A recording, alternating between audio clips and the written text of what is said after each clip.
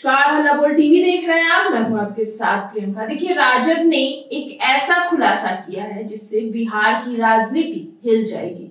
कल जब नीतीश कुमार पीएम मोदी और अमित शाह से मिलने गए थे तो उस दौरान पीएम मोदी और अमित शाह ने उन्हें पद छोड़ने को कहा। राजद ने ऐसा दावा किया है और इस दौरान बहुत सारी ऐसी बातें हुई है और अगर नीतीश कुमार अपना पद नहीं छोड़ते हैं तो उनकी पार्टी भी टूट सकती है। इन सब विषय पे और भी ज्यादा जानकारी देने के लिए आज हमारे साथ मौजूद है हल्ला बोल टीवी के संपादक दीपक शर्मा। देखिए, ये कि नीतीश कुमार को पद छोड़ने का दबाव बनाया है प्रधानमंत्री नरेंद्र मोदी ने, गृह मंत्री अमित शाह ने, और अगर नीतीश कुमार पद नहीं छोड़ेंगे तो खरमास के बाद उनकी पार्टी टूट जाएगी और उनकी पार्टी टूट करके बीजेपी में मिल जाएगी। साथ ही साथ और भी कई विपक्ष की पार्टियों को तोड़ने की भी कोशिश कर रहा है। ये सारे आरोप राजद ने लगाए जी। ये जदयू के किसी नेता ने नहीं कहा, भारतीय जनता पार्टी के किसी नेता ने नहीं कहा, किसी अखबार या मीडिया चैनल ने इसका खुलासा नहीं किया। राष्ट्रीय जनता दल के प्रवक्ता मृत्युंजय तिवारी ने यह दावा किया है। मृत्युंजय तिवारी ने कहा है कि राजद को पूरी खबर है, पक्की खबर है कि कल जब प्रधानमंत्री नरेंद्र मोदी और नीतीश कुमार और प्रधानमंत्री नरेंद्र मोदी के बाद मिलने के बाद गृह मंत्री अमित शाह से नीतीश कुमार की मुलाकात हुई तो उन्हें साफ साफ बता दिया गया है कि उन्हें पद छोड़ना है जी। और नीतीश कुमार इससे नाराज हुए और नीतीश कुमार के पास अब कोई ऑप्शन नहीं है जी, क्योंकि भारतीय जनता पार्टी, राजद ऐसा दावा कर रहा है कि भारतीय जनता पार्टी, राजद के प्रवक्ता ऐसा दावा कर रहा है कि भारतीय जनता पार्टी ने जदयू के विधायकों को अपने साथ लेने की तैयारी कर ली जी और बड़ी संख्या में विधायकों को अपने साथ तोड़ने की तैयारी कर जी। अब इस राजद के इस आरोप में कितना दम है यह तो राष्ट्रीय जनता दल जाने, राष्ट्रीय जनता दल के प्रवक्ता जाने। लेकिन अगर ऐसी बात होती तो कुछ न कुछ उसकी सुगबुगाहट तो आती जी। लेकिन यह बात तो राष्ट्रीय जनता दल के नेता ही कह रहे हैं और कहीं से तो यह बात नहीं आ रही जी। अब राष्ट्रीय जनता दल की ओर से जो यह दावा किया गया है इसका क्या आधार है? मुख्यमंत्री नीतीश कुमार तो वहां से लौटे और मुख्यमंत्री नीतीश कुमार पूरे एक्शन में दिख रहे हैं। आज सुबह उठे और आज सुबह जब हम लोग रजाई में थे तथा कथित जवान हम लोग जब कंप्लेन कर रहे थे कि बहुत ठंड है, it's too cold to step out from home, उस समय बिहार के युवा मुख्यमंत्री, युवा ही ऐसा काम करेगा ना, इसलिए उनको युवा मुख्यमंत्री कह रहा हूं क्योंकि युवा ही ऐसा काम कर सकता है कि कड़ाके की इस ठंड में सुबह सुबह गाड़ी लेकर घर से निकल जाए जी। तो बिहार के मुख्यमंत्री नीतीश कुमार निकल गया और उन्होंने दिखाया कि वे कैसे हम लोगों से ज्यादा युवा हैं और वे मंत्री अपने मित्र मंत्री विजय चौधरी के घर गए, मंत्री अशोक चौधरी के घर गए, अपने प्रधान सचिव दीपक कुमार के घर गए और बहुत लंबी उनकी बातचीत हुई। ललन सिंह के साथ ही चुकी गए थे दिल्ली और प्रधानमंत्री नरेंद्र मोदी से जब मुलाकात हुई, गृह मंत्री अमित शाह से मुलाकात हुई तो ललन सिंह भी उनके साथ थे। तो ललन सिंह के घर भी जाते और ललन सिंह उनके साथ में गए होते तो, लेकिन चूंकि ललन सिंह के साथ ही लौटे थे तो उनके घर जाने का कोई मतलब नहीं था। नीतीश कुमार, मंत्री विजय चौधरी, कैबिनेट मंत्री, भारत सरकार के कैबिनेट मंत्री ललन सिंह दोनों पर बहुत ज्यादा भरोसा करते हैं। विजय चौधरी पर भी बहुत ज्यादा भरोसा करते हैं और ललन सिंह पर भी बहुत ज्यादा भरोसा करते हैं और जब बात ब्यूरोक्रेसी की आती है तो दीपक कुमार पर बहुत ज्यादा भरोसा करते हैं क्योंकि ये तीनों उनके ट्रस्टेड हैं। ललन सिंह उनके साथ आज से नहीं है, समता पार्टी के जमाने से है। विजय चौधरी उनके साथ आज से नहीं है, ये पुराने साथी हैं। दीपक कुमार ब्यूरोक्रेसी में उनके सबसे ट्रस्टेड माने जाते हैं जी।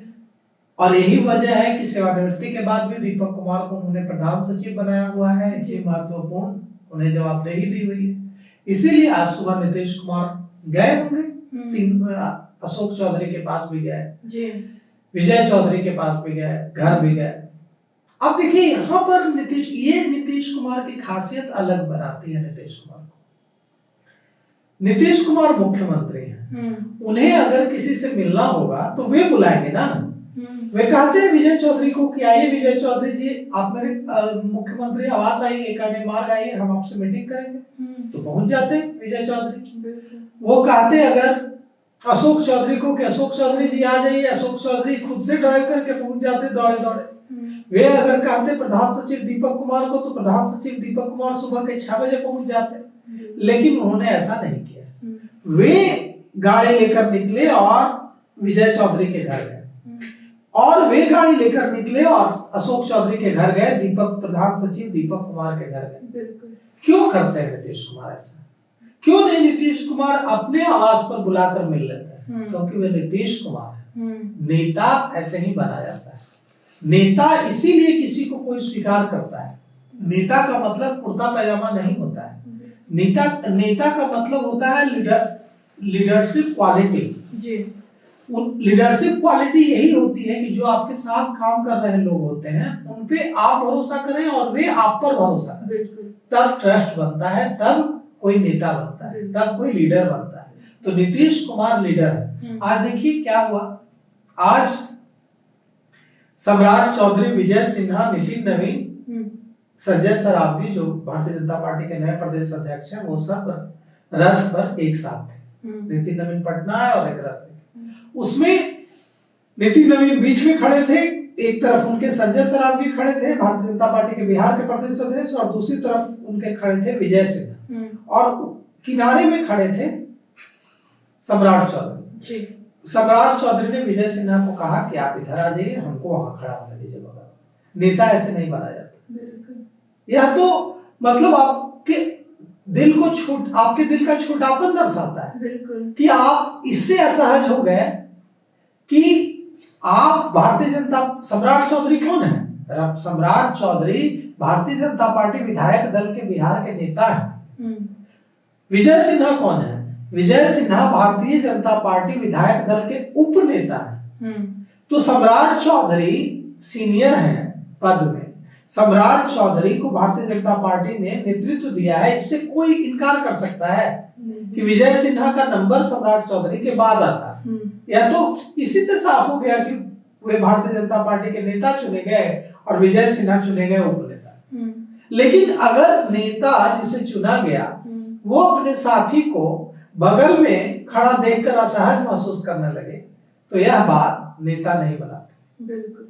और अब इस नीतीश कुमार होते तो ऐसा करते क्या?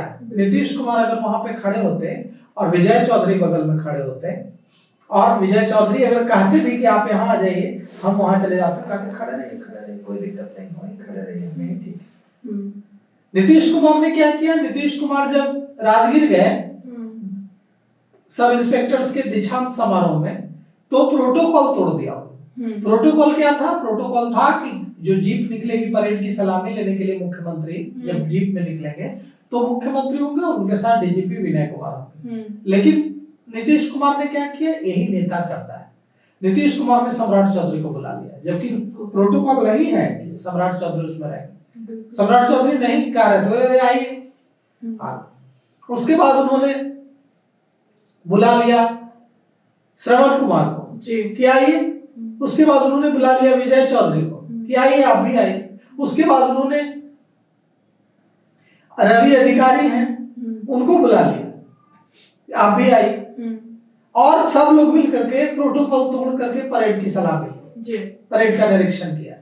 तो प्रोटोकॉल टूटा, लेकिन कितनों के दिल जुटे? दिल तो जुटा ना। प्रोटोकॉल टूटा लेकिन दिल जुटा। तो नेता दिल को जोड़ता है। इसीलिए नीतीश कुमार बुलाते नहीं है अपने आवास, जिससे मिलना होता है अपने वैसे सहयोगी जिन पर वो भरोसा करते हैं, उसके घर चले जाते हैं, ना कि उसे अपने पास बुलाते हैं। और इसीलिए नीतीश कुमार तो नीतीश कुमार बनना है तो नीतीश कुमार की बारीकियां सीखनी होगी।